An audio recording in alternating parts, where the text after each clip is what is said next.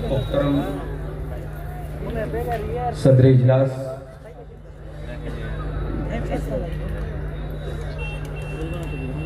उलमाए किराम, बुजुर्गों और दोस्तों, नौजवान साथियों, माँ और बहनों, प्यारे बच्चों, जयनगर के इस प्रोग्राम में लगातार दूसरी मर्तबा शामिल होने का मौका मिल रहा है।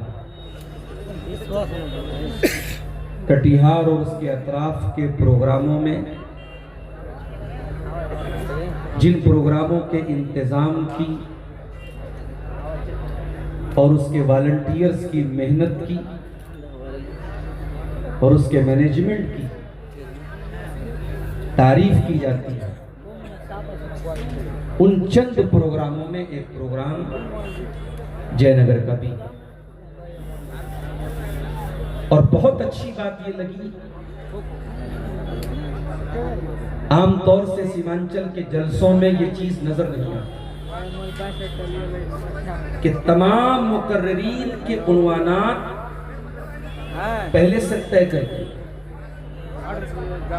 और उन्वान भी वो रखा गया जिसकी समाज को जरूरत है, जिस टॉपिक और जिस विषय पर समाज में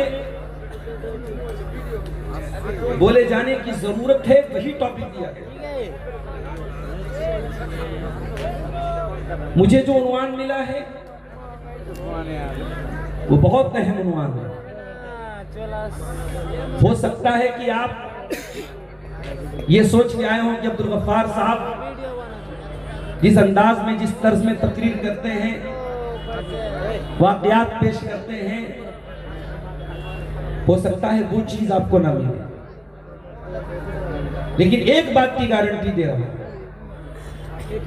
कि जिस मौजू पर मुझे जिम्मेदारी दी गई है, ये मौजू यहां बैठे हुए तमाम लोगों के लिए बहुत जरूरी है, बहुत इंपॉर्टेंट है और हमें बहुत गौर से इसको सुनने और समझने की जरूरत है।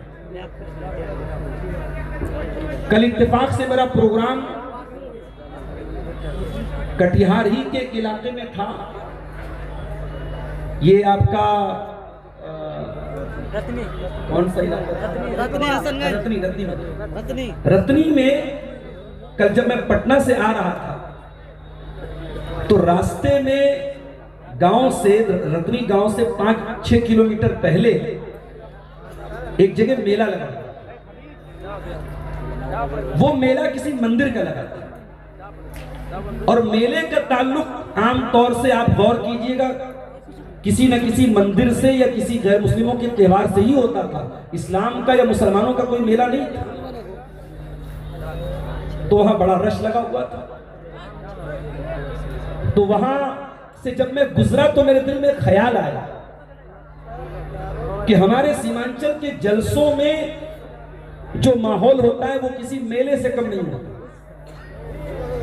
जितने लोग पिंडाल में हैं उससे ज्यादा लोग रोड पर मिल जाएंगे